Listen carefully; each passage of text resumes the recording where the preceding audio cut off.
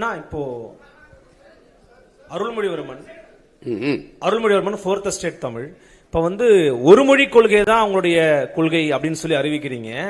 அப்போ ஆங்கிலமோ அல்லது இந்தியோ அல்லது மற்ற மொழிகளையோ கற்க விரும்புறாங்க அப்படின்னா அதை இன்னைக்கு எப்படி ஏற்பாடு செய்ய முடியும்? இருமொழி கொள்கைனா ஆங்கிலம்ங்கிறது தொடர்புக்கு அண்ணா சொன்னாரு. ஆனா இப்போ நீங்க ஒரு மொழி கொள்கைனா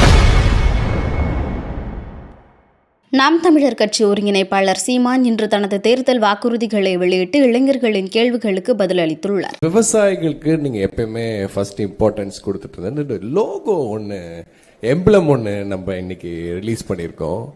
அது என்ன இன்டென்ஷனல்ல நம்ம போட்டிருக்கேன். ஆல்ரெடி நம்மளுக்கு ஒரு எம்பளம் இருக்கு. இல்ல இப்ப இல்ல, அது 16ல இருந்து கொடுக்குறேன்.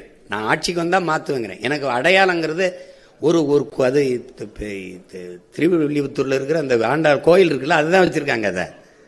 அது எனக்கு உலக பொதுமறை தந்த வள்ளுவ பெருமகனார் தான் என் இனத்தின் பெருமை மிக அடையாளம். அதை வச்சு அந்த முத்திரையை மாத்துறோம். தமிழ் தாய் வாழ்த்தையே மாத்துறோம்.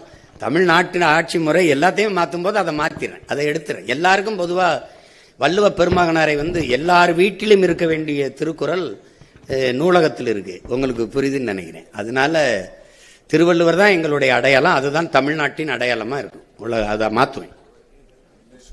நான் இப்போ அருள்மொழிவர்மன் 4th ஸ்டேட் தமிழ் இப்ப ஒரு மொழி கொள்கை தான் அவங்களுடைய கொள்கை அப்படின்னு சொல்லி அறிவிக்கிறீங்க.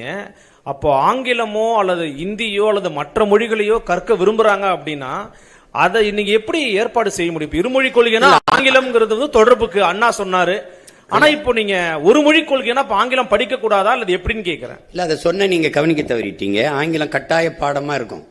ஆங்கிலேயருக்கு இணையா என் பிள்ளைகளுக்கு எழுதவும் பேசவும் அதை படிக்கவும் நாங்க கற்றுக் கொடுத்துருவோம். விடுமுறை காலங்களில் கூட ஆங்கிலேயர்களை இல்லாம அமெரிக்கா உச்சரிப்பு வேணா அமெரிக்கா, பிரிட்டன் உச்சரிப்பு வேணா அவர்களை ஒரு இடைக்கால பேர ஆசிரியர்கள் அப்ப கொண்டு அவங்களுக்கு அந்த உச்சரிப்பு எல்லாம் கற்றுக் கொடுப்போம். நாங்கள் அதை மெனக்கிடுவோம். அப்புறம் உங்களுக்கு ஆங்கிலம் கட்டாய பாடமொழியார் கெடுவாய்ப்பா வெள்ளக்காரர்கள் ஆண்டதுனால ஒரு தொடர்பு மொழியா அது இருக்கு. அப்ப அதுவுமே ஐரோப்பிய நாடுகளில் பயன் இல்லை. பிரான்ஸ் எல்லாம் ஆங்கிலம் பேச மாட்டான். நீங்க போய் பார்த்தீங்கன்னா தெரியும். சில நாடுகள் அது பயன் இருக்குது, கத்துக்கலாம்.